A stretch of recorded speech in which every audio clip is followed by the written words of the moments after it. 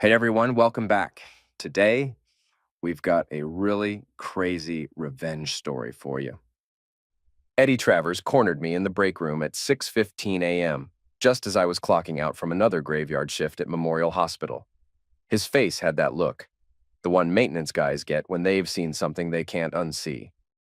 "Cal, you need to see this before it disappears," he said, pulling out his phone with shaking hands. I'd been fixing broken wheelchairs and unclogging surgical drains for 14 hours straight. All I wanted was coffee and silence. "What now, Eddie?" He turned the screen toward me. The video was already playing. My wife, Marianne, naked in what looked like a hotel room. Expensive sheets. A man's voice speaking in what sounded like German. The timestamp read March 15th, last month when she was supposedly in Prague for the medical conference. My coffee mug cracked in my grip. The ceramic split clean down the middle, but I didn't feel the hot liquid burning my hand. "Jesus, Cal, I'm sorry. Found it on one of those adult sites. Some guy in housekeeping sent the link around." Eddie's voice sounded like it was coming from underwater. "Thought you should know before..." "Before what?" My voice came out steady. Too steady. "Before everyone else sees it." I set the broken mug down carefully on the table. The coffee spread across the white formica in a dark stain. "Send me the link." "Cal, send it." Eddie's thumbs moved across his phone. Mine buzzed a second later. I walked out of Memorial Hospital into the gray March morning, drove home to our split-level house on Maple Street, and sat in my truck in the driveway for 20 minutes. The neighbors were starting their daily routines. Mrs. Patterson walked her golden retriever. The Johnsons backed out of their garage in matching SUVs. Normal people living normal lives. I went inside. Marianne was in the kitchen making her protein smoothie, dressed for her morning jog in expensive athletic wear. At 42, she still looked like the nurse I'd married 18 years ago, just sharper around the edges. "How was work?" she asked without looking up. "Fine." She added kale to the blender. The machine roared to life, drowning out everything else for 30 seconds. When it stopped, the silence felt heavier. "Conference go well last month?" I asked. Her hand paused on the blender lid. "Prague? Yes, very educational. Learned a lot about new cardiac procedures." "Learn anything else?" Now she looked at me. Her green eyes had that careful expression she wore when talking to difficult patients. "Oh, what do you mean?" I pulled out my phone and set it on the granite counter between us. The video was still queued up. All I had to do was press play. "Nothing," I said, "just asking." I waited until evening to show Marianne the video. She was grading papers at the kitchen table. She'd gone back to teaching nursing part-time after the kids got older. Her red pen moved across student assignments with surgical precision. "We need to talk," I said. She looked up. "About?" I pressed play. The color drained from her face as her own voice filled the kitchen. On screen, she was telling the man how her husband worked nights and wouldn't miss her, how she deserved some excitement after 18 years of marriage. "Cal, I can explain." "His name," I said. "What?" "You haven't asked me who he is, which means you already know." "What's his name?" Her mouth opened and closed twice before words came out. "Klaus. He's a surgeon from Vienna. It was one night, Cal." One stupid night. I'm already being treated like it was a medical condition. Who else knows? No one. Well, Klaus, obviously, but who else, Marianne? Before she could answer, our daughter Leah burst through the front door, home from her sophomore year at State. 19 years old and righteous as a sword, she took one look at us and immediately positioned herself between me and her mother. "What's wrong, Mom? You look like you've seen a ghost." "Your mother had an affair," I said. Leah's face twisted. "Dad, you're being dramatic. People make mistakes." "Did you know?" The half-second pause told me everything. "It's not what you think." "So you did know." "She told me she met someone, okay? She was lonely, Dad. You work all the time." "When's the last time you two went on a date?" Our son Grant appeared in the doorway, still in his high school track uniform. He was 17, looked like me, but with his mother's intelligence behind his eyes. He took in the scene and moved to stand beside my chair. "What's going on?" he asked quietly. "Your mother cheated," I said. "Your sister knew?" Grant's jaw tightened. He looked at his mother, then at Leah. "How long?" It doesn't matter, Leah said. She's sick, okay? She needs support, not judgment. Sick? Grant's voice was flat. I gestured to the pharmacy bag on the counter. Foreign labels, Prague pharmacy stamp, standard antibiotics for chlamydia. Very treatable. The silence stretched until Leah grabbed the bag and threw it in the trash. You're both being ridiculous. Mom made one mistake, and you're acting like she killed someone. She killed something, Grant said quietly. Marianne finally spoke. It was one night. I was drunk, lonely, and I made a terrible decision. But I'm still your mother, and I'm still his wife. Are you? I asked. She stared at me. What's that supposed to mean? I stood up and headed for the basement stairs. Figure it out. The next morning, I called my friend Sarah from the cardiac unit. She'd worked with Marianne for years before becoming a travel nurse. I need a favor, I said during her lunch break. Sure, Cal, what's up? I texted her photos of the medication labels. Can you translate these? They're from Prague. 20 minutes later, she called back. Standard broad-spectrum antibiotics. Usually prescribed for STDs. Cal, is everything okay? Just curious about foreign medical practices. Bullcrap. Is Marianne sick? Something like that? Cal, thanks, Sarah. I owe you one. I hung up and called Eddie. That video. Can you check when it was uploaded? Why? Just do it. An hour later, he texted back. Posted March 20th. Metadata shows it was filmed March 15th at the Grand Hotel Bohemia in Prague. Same night as that cardiac conference Marianne mentioned? I sat in my truck outside the high school waiting for Grant's track practice to end. The metadata confirmed what I already knew, but now I had proof. Dates, location, timeline. Marianne had lied about it being a conference mistake. She'd planned this. When Grant got in the truck, he buckled his seatbelt and stared straight ahead. You okay? I asked. Are you getting divorced? I don't know yet. Good, he said. You shouldn't let her walk all over you. What about your sister? Grant was quiet for a long moment. Leah's always thought Mom could do no wrong. Even when we were little and Mom would forget to pick us up from school, Leah would make excuses for her. She forgot to pick you up? A few times you were always working. Leah would call a friend's mom to get us, then tell you Mom got caught in traffic. I'd never known this. Why didn't you tell me? Leah said it would just cause problems. I pulled into our driveway and turned off the engine. No more covering for anyone, okay? Whatever happens from here, I want the truth. Grant nodded. Dad, what are you going to do? I don't know yet. But I'm not going to pretend this didn't happen. That night, I checked our joint credit card account online. The charges from Prague painted a clear picture. Expensive dinners for two, spa treatments, a jewelry purchase at a high-end boutique. She'd spent our money on a romantic getaway with another man. I printed everything. I moved into the basement without discussion. Took my clothes, my books, and my tools. Set up a cot next to my workbench where I'd always gone to think. Marianne didn't try to stop me. She stood at the top of the stairs, watching me carry down my pillow, and asked, How long are you planning this? Until I figure things out. Cal, we need to talk about this like adults. No, I said. We don't. I stopped using the joint credit cards, stopped putting my paycheck in our shared account, started depositing everything into the checking account I'd kept from before we married, the one she'd never asked about. The first week, Marianne kept trying to engage me. She'd bring coffee down to the basement, offer to make my lunch for work, suggest we see a counselor. I was polite but distant. Yes, no, thank you, I'm fine. Grant would come down after school to do homework at my workbench. We'd work in comfortable silence, him on algebra, me cleaning and organizing tools I'd owned for 20 years. Sometimes he'd ask about my day, and I'd tell him about the surgeries I'd helped prepare for, the equipment I'd repaired, the small ways I'd helped keep the hospital running. Do you like your job? He asked one afternoon. I like fixing things, I said. I like when something's broken and I can make it work again. What if it can't be fixed? I looked at him. Then you throw it away and get a new one. Leah avoided the basement entirely.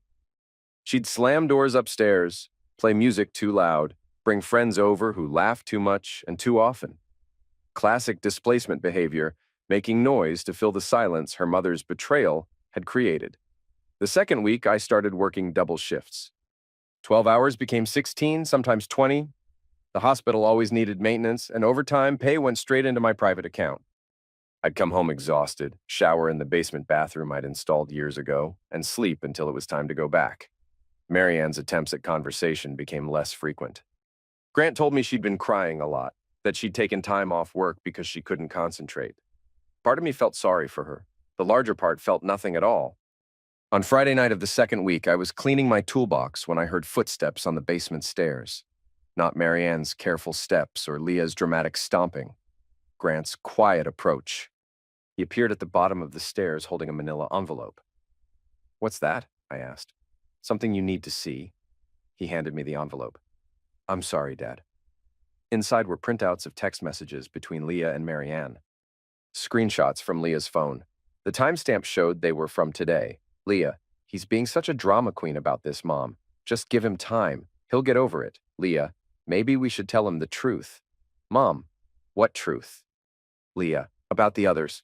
Mom, "No, absolutely not. Klaus was bad enough. If he finds out about Vienna and Berlin, he'll never forgive me." Leah, "This is getting out of hand." Mom, "Promise me you won't tell him about the others. Promise me, Leah, fine." "But this is getting messy, Mom. It's already messy. We just have to manage it." I read the exchange 3 times. The others, Vienna and Berlin. She'd turned our daughter into an accomplice to cover up multiple affairs. "How did you get these?" I asked. Leah left her phone charging in the kitchen. I saw the messages when it lit up. Grant sat on a milk crate next to my workbench. "I'm sorry I looked, but you did the right thing. Are you mad?" I folded the papers and put them back in the envelope. "Not at you. What are you going to do?" I stood up and turned off the basement light. In the darkness, I could hear Marianne's voice drifting down from the kitchen, probably making another smoothie, probably planning another lie. "I'm going to end this," I said. Saturday morning, I spread the screenshots across the kitchen table like a poker hand. Marianne was still in bed, but Leah was eating cereal in her pajamas, scrolling through social media on her phone. "We need to talk," I said. She glanced at the papers, and her face went white. "Where did you get those?" "Does it matter? You went through my phone. That's a violation of privacy. Your mother's been cheating for months. You've been helping her hide it. Want to talk about violations?" Leah pushed her cereal bowl away. "It's not what you think." "Then explain it." "Mom was unhappy, okay? She felt like you two were just roommates. She met Klaus at a conference in Vienna last year and they kept in touch. When she went to Prague, she was going to end it, but she didn't." "No." "And Berlin?" Leah's shoulders slumped. "A conference in February. She met someone else." "How many someone else's?" "I don't know. She doesn't tell me everything. But she tells you enough to make you lie for her." Leah stood up, defensive again. "She's my mother." She was crying all the time, feeling old and invisible. "You barely noticed her anymore, Dad. When's the last time you told her she was pretty? When's the last time you brought her flowers or planned a surprise? When's the last time I cheated on her? That's not the point." "That's exactly the point." I gathered up the screenshots. "She made choices, Leah. Multiple choices. And she made you an accessory to those choices." "I was trying to protect the family. You were protecting her, not the family, not me, not even yourself." I stood up. "But that ends now." I walked to the phone and called my bank. "First National, this is Rebecca." "Hi, Rebecca. I need to freeze all activity on my joint accounts immediately." Leah's eyes went wide. "Dad, you can't." I held up a hand. "Account holder Calvin Mercer. Yes, I'll hold." "Dad, please don't do this. Mom needs access to money for groceries, for gas." "Your mother should have thought about that before she started spending our money on her boyfriends." The bank representative came back on the line. "Mr. Mercer? I can help you with that. Can you verify your social security number?" I rattled off the digits while Leah stared at me in horror. "Perfect. What would you like to do today?" "I want to freeze all joint checking and savings accounts. Redirect my direct deposit to my individual account ending in 7,742. And I want to remove the secondary cardholder from my credit cards." "Certainly. That will take effect immediately for the freeze, and the direct deposit change will be processed by Monday. Is there anything else?" "That's all. Thank you." I hung up. Leah was crying now, angry tears streaming down her face. "You can't just cut her off." I can, and I did. What's she supposed to do for money? Get a job. Ask Klaus for help. Ask the Berlin guy, I don't care. I headed for the basement stairs. But she's not using my money to fund her affairs anymore. Dad, wait! I stopped but didn't turn around. What about me? Leah's voice was small now, scared. What about my college tuition? That depends. On what? On whether you keep lying for her or start telling the truth. I went downstairs and closed the door behind me. By Monday, the video had made its way through the hospital's informal communication network. I could tell because conversations stopped when I walked into break rooms, and people I'd worked with for years suddenly found their shoes very interesting. Sarah cornered me after lunch. Cal, people are talking. Let them talk. Is it true about Marianne? I didn't answer. Jesus, Cal, I'm sorry. If you need anything, I need people to mind their own business. But I knew it was too late for that. Small hospital, smaller town. Everyone knew everyone else's business, and infidelity was prime gossip material. By Wednesday, the story had reached Marianne's workplace. She called me during my break, furious. They're pulling me from the clinical rotation, she said. My supervisor said there are concerns about my judgment affecting my work with students. That's unfortunate. Unfortunate? Cal, I could lose my job over this. You should have thought about that before you filmed yourself fucking a stranger. She was quiet for a long moment. I never thought you could be this cruel. I'm not being cruel. I'm being practical. Actions have consequences. Fine, but our kids are suffering too. Leah's friends have seen the video. She's humiliated. Good. Maybe she'll learn something about loyalty. To who? To you? You're the one who's destroying our family. No, Marianne. You destroyed it. I'm just cleaning up the debris. That evening, Eddie found me in the basement storage room where we kept spare parts for the surgical equipment. Got something else for you, he said, pulling out a USB drive. Full video. Unedited. I don't need to see more. Yeah, you do. This part didn't make it onto the public site. He plugged the drive into his laptop. Listen to this. The video started the same way, but this version was longer. After the Zex, there was conversation. Marianne's voice, clear and unmistakable. My husband's a good man, but he's so predictable. Works every night, comes home tired, falls asleep watching TV. I needed this. I needed to feel alive again. Klaus's accented English. Does he suspect? Cal? No, he's not the jealous type. Honestly, I don't think he'd care if he found out. We're more like roommates than lovers. And your children? They're adults. Well, almost. They'll understand eventually. Sometimes people need excitement. You are very wise for an American woman. Marianne laughed. I'm wise enough to know what I want. Eddie closed the laptop. Thought you should hear what she really thinks of you. I stared at the black screen. How many people have seen this? The full version? Just housekeeping staff so far. But these things have a way of spreading. Let them spread, I said. That night, Grant brought my dinner down to the basement, leftover pizza and a Coke. Mom didn't cook? I asked. Mom's been in her room all day. Leah ordered pizza. He sat down across from me. Dad, kids at school are talking. About what? About Mom, about the video. Some junior's older brother works at the hospital. Grant picked at his pizza crust. Leah's really upset. She got into a fight with her friend Madison because Madison said Mom was a 304. What did you do? Nothing. What was I supposed to do? Defend her? Tell Madison she's wrong? Grant looked at me. The thing is, Dad, Madison's not wrong, is she? I didn't answer. I mean, if Mom cheated with multiple guys and filmed it, that's pretty much the definition, right? Grant, I'm not stupid, Dad. I know what this means. I know why you moved downstairs and why you're not talking to her. He finished his Coke. I just want you to know that I'm on your side. It's not about sides. Yeah, it is. And I picked mine. Thursday morning, I met with Tom Bradley, the lawyer who'd handled our home purchase and wills.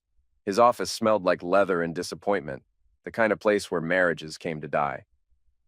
Afternoon, Cal. What can I do for you? I laid out the printed bank statements, the screenshots of Leah's messages, and the USB drive with the full video. I want to protect my assets during a marital separation. Tom whistled low as he reviewed the evidence. This is pretty damning stuff. How long has this been going on? At least a year, probably longer.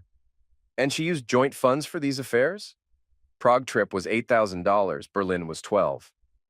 Both charged to our credit cards. That's marital misconduct with financial waste. We can work with this. Tom leaned back in his chair. What do you want to do? I want everything in my name protected. House, retirement, bank accounts. I want her cut off from accessing any funds I earn. Already done with the bank accounts, I see. Smart move. For the house, we can file a motion for exclusive occupancy based on the misconduct. Retirement accounts are trickier, but we can argue for protection based on the financial waste. How long does this take? Emergency motions can be heard within a week. Full divorce proceedings take longer, but we can get interim orders quickly. Tom tapped his pen on the desk. Cal, are you sure about this? Once we file, there's no going back quietly. This becomes public record. It's already public. Half the town has seen the video. Fair point. I'll draft the paperwork today. I drove home to find Marianne's car in the driveway and an unfamiliar sedan parked behind it. Through the kitchen window, I could see her sitting at the table with an older woman in a business suit. I walked in through the garage entrance. They both looked up when I entered. Cal, this is my attorney, Janet Morrison, Marianne said. Janet stood and extended her hand.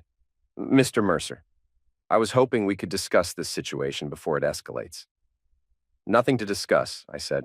I'm filing for separation and asset protection tomorrow. Mr. Mercer, I understand you're hurt, but cutting off your wife's access to marital funds is protecting money she's already proven she'll waste on affairs. Janet's professional smile flickered. That's a serious accusation. I pulled out my phone and showed her the bank statements. Prague, Berlin, 8 and 12,000 respectively. Want to see the video evidence? Marianne's face flushed red. You don't have to be vindictive about this. Vindictive would be posting the video on Facebook with your name attached. This is just protecting what's mine. What's yours, Cal?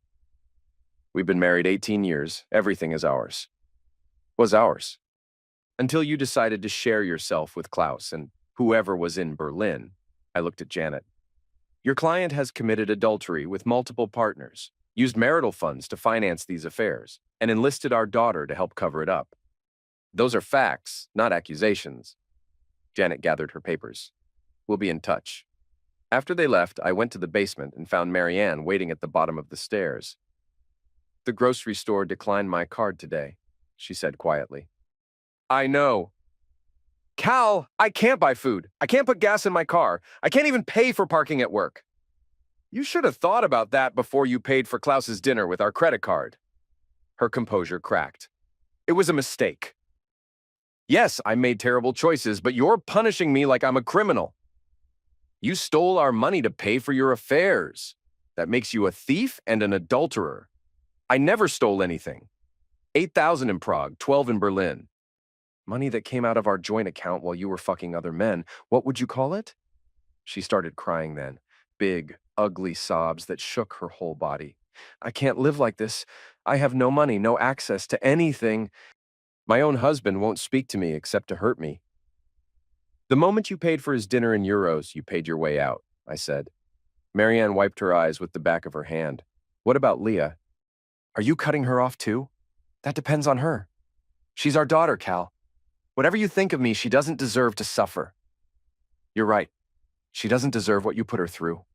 Making her lie for you, making her keep your secrets, turning her against her own father to protect your affairs. I sat down at my workbench. But she made her choice. She chose to help you betray me. Now, she can live with the consequences. And Grant? Grant chose honesty. He's fine. Marianne stood there for another minute, maybe hoping I'd change my mind or show some mercy. When it became clear I wouldn't, she went back upstairs. I heard her bedroom door close, then lock. The house settled into silence around me. The house became a war zone divided by floors. Upstairs belonged to Marianne and Leah. Muffled conversations, closed doors, and the constant hum of tension. Downstairs was Grant and me, where we could breathe. Grant started spending most evenings in the basement, doing homework at my workbench while I organized tools or read. We'd developed a comfortable routine.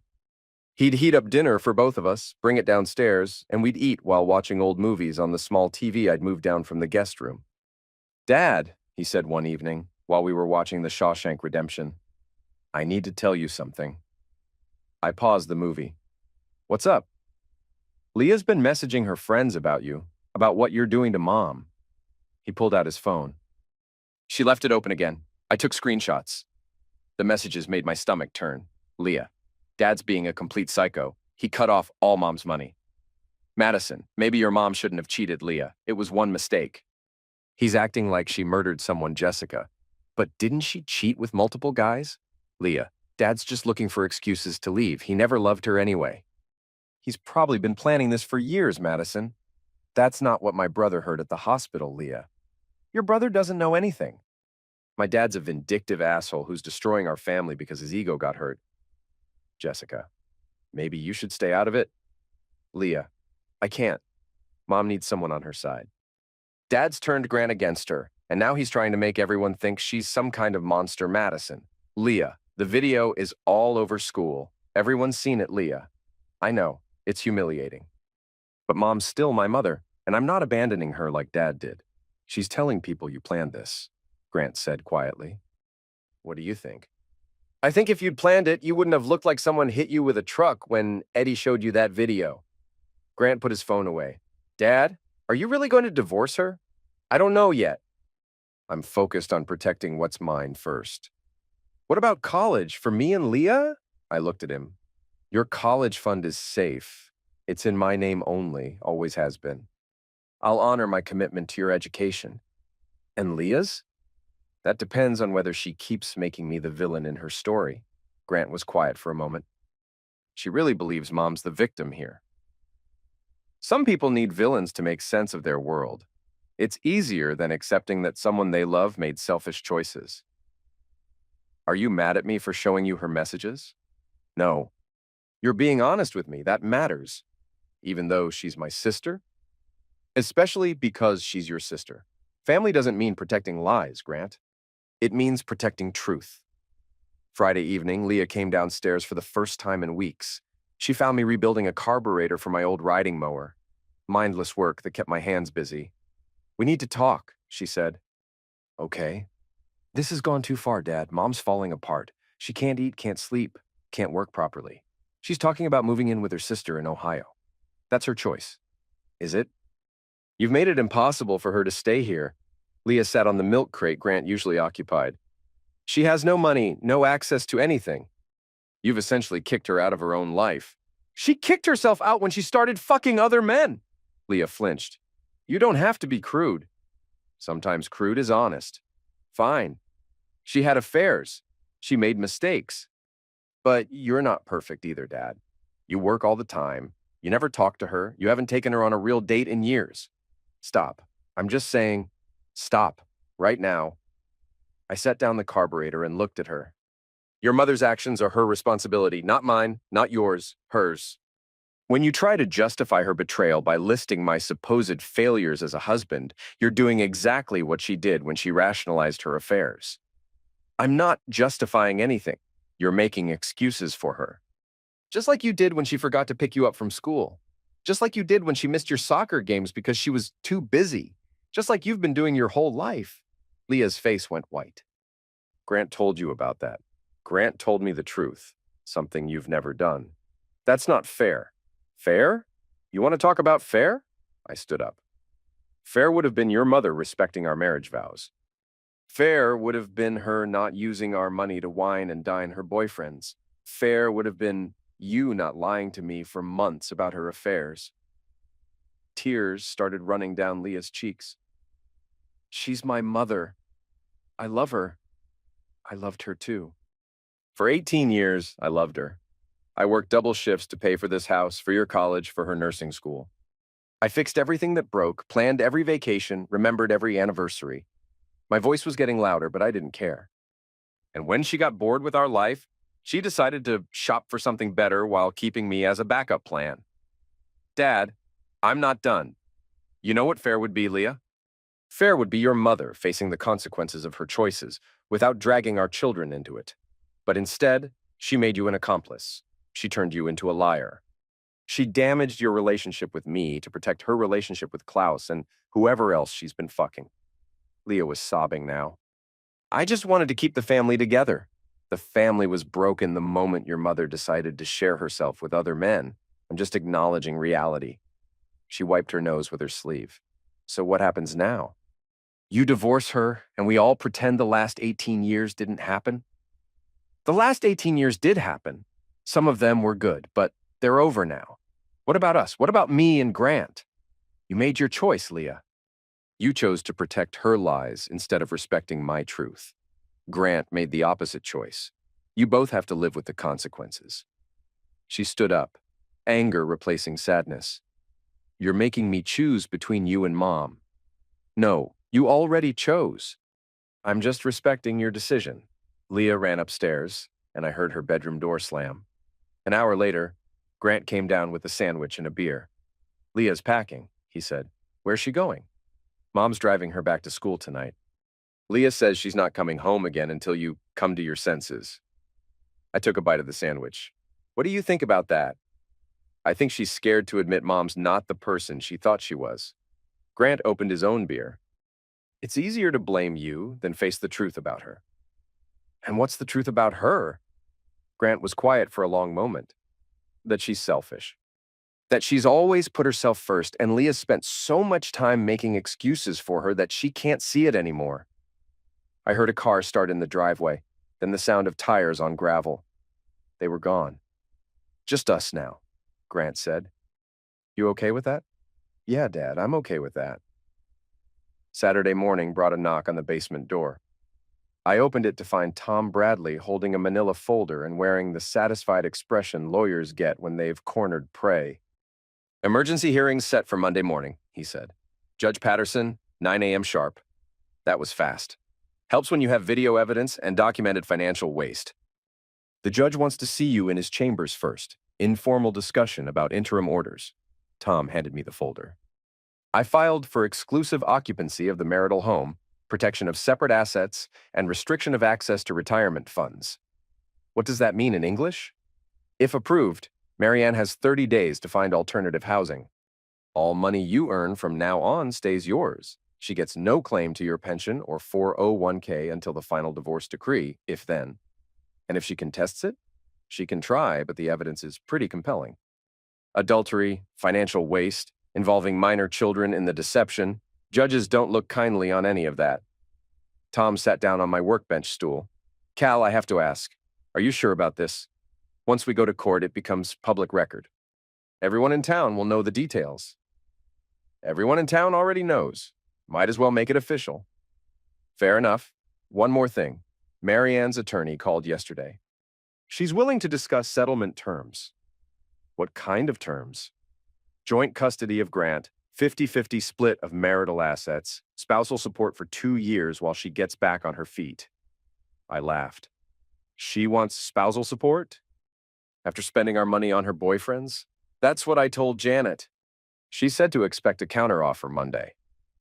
After Tom left, Grant and I drove to the community center for the annual charity auction, something we'd attended as a family for the past 10 years. This year, it was just us. The parking lot was full, and I recognized most of the cars. Small-town events were command performances. Everyone showed up, whether they wanted to or not. You sure about this? Grant asked as we walked toward the entrance. Hiding doesn't help anyone. Inside, the usual crowd was milling around tables loaded with donated items, homemade quilts, gift certificates to local restaurants, a weekend getaway to the mountains. I spotted several hospital colleagues, parents from Grant's school, neighbors I'd known for years. The conversations didn't exactly stop when I walked in, but they got quieter. I could feel eyes tracking my movement across the room. Cal, Sarah waved from behind the registration table. Glad you made it. Wouldn't miss it, I said, buying raffle tickets from her. Grant wants to bid on that fishing charter. Good choice. Pete Henderson donated that. You know it'll be a great trip. Sarah's smile was genuine, but I caught her glancing around the room. How are you holding up? One day at a time. Grant and I found seats at a table near the back, close to the coffee station. The auction hadn't started yet, so people were browsing items and socializing. Normal Saturday afternoon activities, except nothing felt normal anymore. Dad, Grant's voice was tight. Look. I turned toward the entrance and saw Marianne walking in with Leah. They both looked like they dressed carefully. Marianne in a blue dress I'd bought her for her birthday 2 years ago. Leah in the kind of outfit she wore when she wanted to make a statement. The room's energy shifted immediately. Conversations actually did stop this time. Marianne scanned the crowd, spotted me, and lifted her chin in that defiant way she'd perfected during our marriage. They found seats at a table on the opposite side of the room, close enough to make their presence known, far enough away to avoid direct confrontation. "This is awkward," Grant muttered. "It's about to get worse." Janet Morrison, Marianne's attorney, was with them. She kept glancing in my direction while talking quietly to Marianne. Legal strategy session in a church basement. The auction started with small items, baked goods, handmade crafts, gift cards, normal community stuff with normal bidding. But I could feel the undercurrent of tension, people stealing glances between our table and theirs. When Pete Henderson's fishing charter came up, Grant raised his hand to bid. "Do I hear 50? Called the auctioneer. Grant nodded. 75? Someone across the room raised their hand. 100? Grant looked at me. I nodded, and he bid again. 125? The other bidder shook his head. Grant won the charter for $100, less than I'd expected, probably because people were more focused on the family drama than the auction items. "Thanks, Dad," Grant said as he went to register his win. While he was gone, I noticed movement at Marianne's table. She was walking toward me, Janet trailing behind like a reluctant bodyguard. "Cal," Marianne said when she reached my table, "we need to talk." "No, we don't. Please, just 5 minutes." Away from everyone else. I looked around the room. Every eye was on us now, the auction forgotten. "You want to do this here?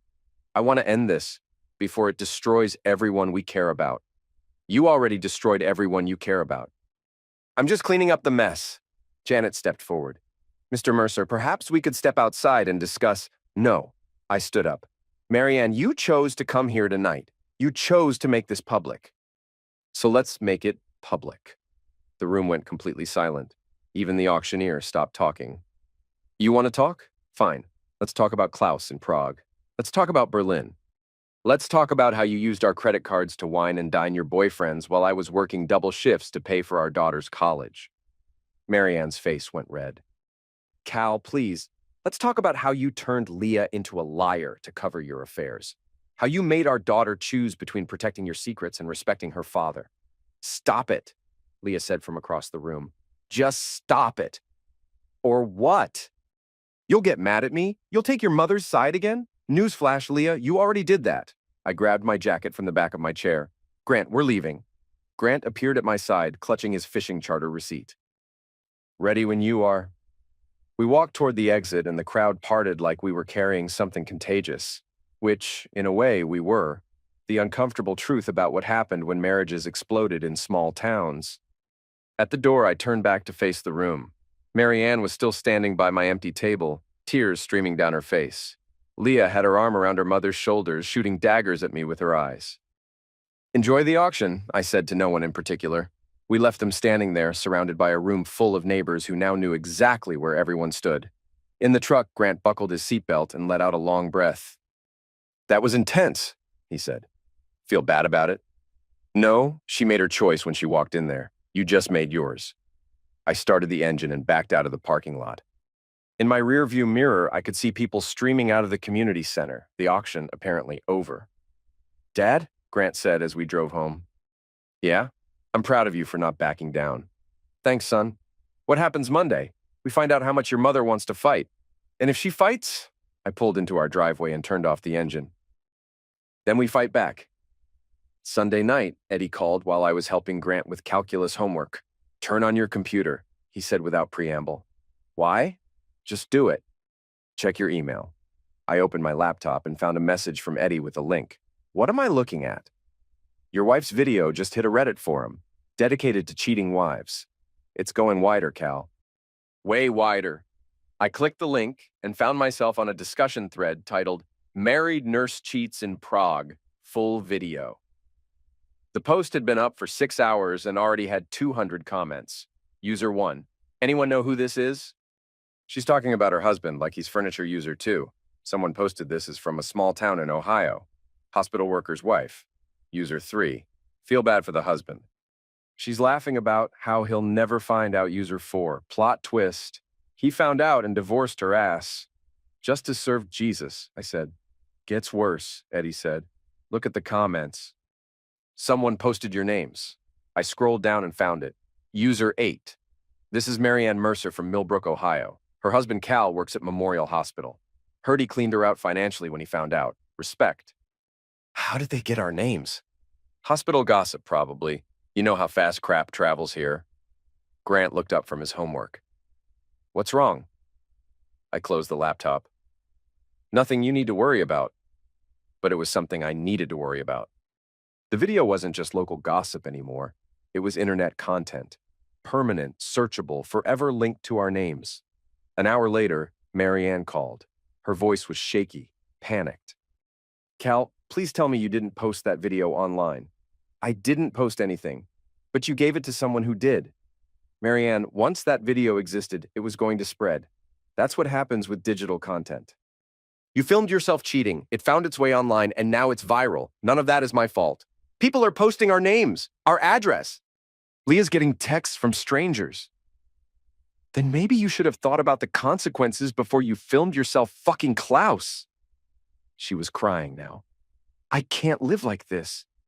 I can't go to work, can't go to the store, can't show my face anywhere without people staring. Welcome to consequences. Cal, please, we need to work this out. I'll do anything. Counseling, therapy, whatever you want. But we have to stop this before it destroys our whole family. Our family was destroyed the moment you decided to betray it. I'm just making sure the debris doesn't take me down with it. What about forgiveness? What about second chances? You didn't ask for forgiveness when you were in Prague. You didn't want a second chance when you were in Berlin. You wanted excitement and freedom and the thrill of betraying your boring husband. I was standing now, pacing the basement. Well, congratulations. You got exactly what you wanted. I made mistakes. No, mistakes are accidental. You made choices. Multiple deliberate choices, and you made our daughter an accomplice to those choices. Leah was just trying to protect the family. Leah was protecting you, not the family, you. And in the process, she learned that lying for people you love is acceptable. That betrayal can be justified if the betrayer feels unfulfilled. That marriage vows are optional if you're bored. Marianne was silent for a long moment. So there's no way back from this? No chance for us to work through it? Work through what? Your multiple affairs? Your financial betrayal? Your corruption of our daughter? Which part exactly should I work through? The part where we loved each other for 18 years? I loved you for 18 years. You loved the security I provided while shopping for something better. She hung up. 10 minutes later, she was knocking on the basement door. Go away, Marianne. Cal, please, let me in. We need to talk face to face. No, we don't. I'm not leaving until you talk to me. I opened the door. She was still in her pajamas, hair uncombed, face swollen from crying. She looked like what she was, a woman whose life was falling apart. 5 minutes, I said. She came down the stairs and sat on Grant's milk crate. I know you hate me right now. I don't hate you. I just don't trust you, don't respect you, and don't want to be married to you anymore. Because of Klaus? Because of Klaus and Berlin and Vienna and whoever else you haven't told me about yet. Because you used our money to fund your affairs. Because you turned our daughter into a liar. Because you filmed yourself betraying our marriage and then acted surprised when there were consequences. I was drunk. You were sober when you planned the trips, sober when you used our credit cards. Sober when you made Leah promise not to tell me about the others. She flinched. You read our private messages. Grant showed them to me, our son, Marianne. The one you ignored while you were busy protecting Leah's complicity in your betrayal? I never meant for any of this to happen, but it did happen, and now we both have to live with it. I sat down across from her. Tomorrow I'm going to court to protect my assets from any further damage you might cause. You can fight it if you want, but you'll lose. The evidence is overwhelming. What if I promise to end it? All of it. Never see Klaus again, never travel alone, never... Marianne, stop. It's too late for promises. It's never too late. It is for us. The moment you decided to share yourself with other men, you ended our marriage. I'm just making it official. She started crying again, ugly sobs that shook her whole body. I don't know how to live without you. You'll figure it out. You're a smart woman. You'll get a job, find an apartment, rebuild your life. Maybe Klaus will help. Klaus doesn't want a relationship. He made that clear. Then find someone who does. Just make sure it's not someone else's husband. She wiped her eyes with her sleeve. What about Leah? Are you cutting her off completely? Leah made her choice. She chose to protect your lies instead of respecting my truth. That choice has consequences. She's just a kid. She's 19 years old enough to understand right from wrong, old enough to choose honesty over deception. She chose deception. And Grant? Grant chose honesty. He's fine. Marianne stood up slowly, like an old woman. I guess this is really happening. It was always going to happen, Marianne. From the moment you decided our marriage wasn't enough for you. She walked to the stairs, then turned back. For what it's worth, I am sorry. I never wanted to hurt you. I know. You just wanted to have your cake and eat it too. But life doesn't work that way. She went upstairs, and I heard her bedroom door close. The next morning, her car was gone. Monday morning at 8:30, I sat in Judge Patterson's chambers with Tom Bradley while we waited for Marianne and Janet Morrison to arrive. The judge's office smelled like coffee and old law books, the kind of place where lives got dissected and redistributed. Nervous? Tom asked. Should I be? Not with this evidence. But judges are unpredictable. Judge Patterson entered through his private door, a thin man in his 60s who looked like he'd seen every variation of human stupidity and wasn't impressed by any of it. Gentlemen, he said, settling behind his desk. I've reviewed the preliminary filings. This is quite a mess. Janet Morrison knocked and entered with Marianne trailing behind. Marianne looked like she hadn't slept in days. Pale skin, dark circles under her eyes, hair pulled back in a severe ponytail. She avoided eye contact with me. Mrs. Mercer, Miss Morrison, Judge Patterson said. Please, sit. Janet opened her briefcase and pulled out a thick folder. Your Honor, we'd like to request mediation before any interim orders are issued. These are two people who've been married 18 years, raised children together. Miss Morrison, the judge interrupted. I've seen the evidence. Video documentation of adultery, financial records showing misuse of marital funds, text messages involving minor children in deceptive practices. He looked at Marianne. Mrs. Mercer, do you dispute any of these facts? Marianne's voice was barely a whisper. No, Your Honor. Then let's skip the mediation request and address the interim orders. Mr. Bradley, your client is seeking exclusive occupancy of the marital home, protection of separate assets, and restriction of retirement fund access. Correct? Yes, Your Honor. Mrs. Mercer, do you have alternative housing arrangements? Janet answered for her. We're requesting 30 days to secure appropriate housing. I asked Mrs. Mercer. The judge's voice was sharp. Mrs. Mercer? Marianne cleared her throat. I can stay with my sister in Columbus temporarily. Transportation. I have my own car. It's paid off. Employment? I am a part-time nursing instructor. I'm currently on administrative leave pending review of my professional conduct. Judge Patterson made notes on his legal pad. Mr. Mercer, I'm inclined to grant your motion for exclusive occupancy. The evidence suggests Mrs. Mercer has engaged in conduct that fundamentally altered the nature of the marriage contract. Your Honor, Janet interjected, my client made mistakes, but cutting off all financial support is extreme. Miss Morrison, your client spent $12,000 of marital funds on an extramarital affair in Berlin, $8,000 on another affair in Prague. That constitutes financial waste on a significant scale. The judge looked at Marianne again. Mrs. Mercer, did you consider the financial impact of these expenditures on your family? No, Your Honor, I wasn't thinking clearly. That's evident. Mr. Mercer, I'm granting interim orders as requested. Mrs. Mercer has 30 days to vacate the marital home. All earnings and retirement benefits accrued by Mr. Mercer from this date forward remain his separate property, pending final divorce decree. Janet tried one more time. Your Honor, what about temporary spousal support? Mrs. Mercer needs time to reestablish her career. Miss Morrison, your client reestablished her career the moment she decided to film herself committing adultery. I'm not inclined to order Mr. Mercer to finance her recovery from the consequences of her own choices. The judge signed several documents and handed them to his clerk. 30 days, Mrs. Mercer. Use them wisely. Outside the courthouse, Janet cornered Tom and me on the steps. This isn't over, she said. We'll appeal the interim orders and file for equitable distribution of all marital assets. Good luck with that, Tom replied. Adultery and financial waste are powerful defenses to equitable distribution claims. I watched Marianne get into Janet's car. She looked small and broken, like someone who'd finally realized the cost of her choices. How do you feel? Tom asked as we walked to our cars. Like I just evicted my wife from her own life? Any regrets?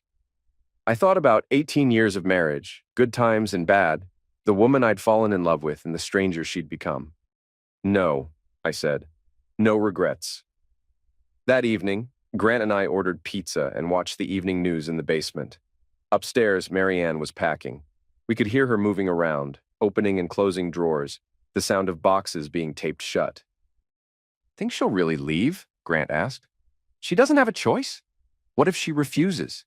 Then the sheriff will escort her out. That's how court orders work. Grant was quiet for a moment. Dad, are you sure about this? About the divorce?